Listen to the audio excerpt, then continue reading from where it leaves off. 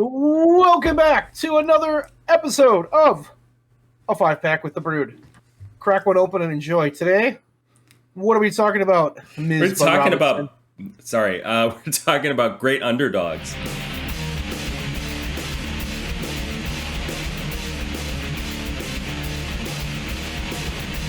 We're going to talk about in our opinion, the 5 personal greatest underdogs. You have any honorable mentions for this one? I do.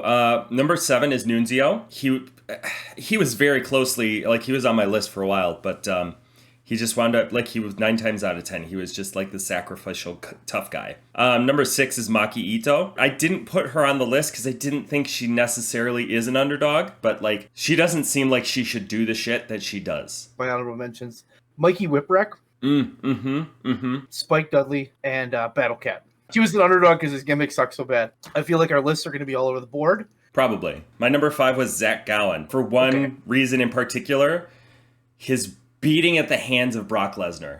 He took it like a champ. Amazing. He took it like a champ. My number 5 is Barry Horowitz. I remember watching him growing up, losing constantly to everybody. Just lost nonstop. And then I remember watching on a Saturday morning, he's fighting Skip of the Body Donnas.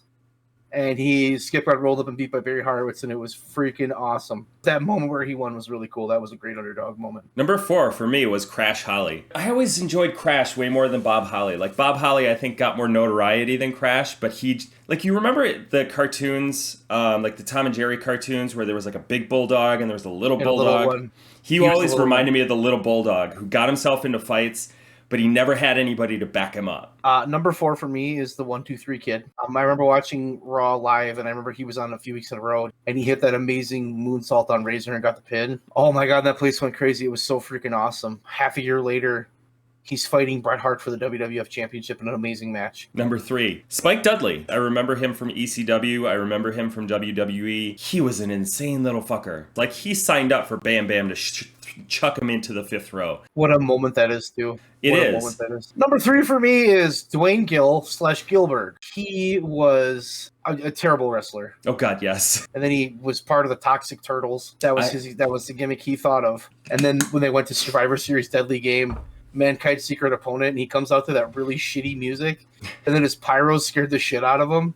And he went in the ring and got instantly fucking pinned. It was so fucking amazing. And then he morphed into Gilbert and won the lightweight championship and became one of the longest reigning lightweight champions ever. Simply because they forgot they had a lightweight champion. Number 2 for me, Darby Allin. Darby Allin to me feels like Spike Dudley if Spike Dudley could work. Spike Dudley is if he could work and if he was emo. If he was emo, absolutely. Number 2 is Daniel Bryan, not Bryan Danielson, just Daniel Bryan, that run he had there. Wasn't supposed to be the guy. He was there just to get Sheamus over. The crowd went freaking nuts, and they got behind him, and there was nothing they could do. So that moment was it was like the peak moment. It was organic, and they ran with it.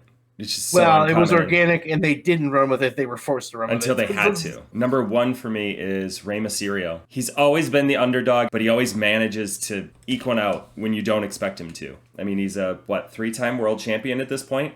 Number 1 for me is Mick Foley. If you look at what Vince McMahon wants in a WWE superstar, it's not Mick Foley. Mick Foley never should have got hired, never should have had a chance, but he was so fucking good. If we go back and we look at the Attitude Era, who are the top stars? Austin, Rock, Mankind. He has done so much and gotten guys over and gotten guys into the company. Greatest underdogs of all time. Hey. Gilbert. Thank you for watching this 5-pack with the Brewd. We hope you enjoyed it, and we will see you next time. Peace.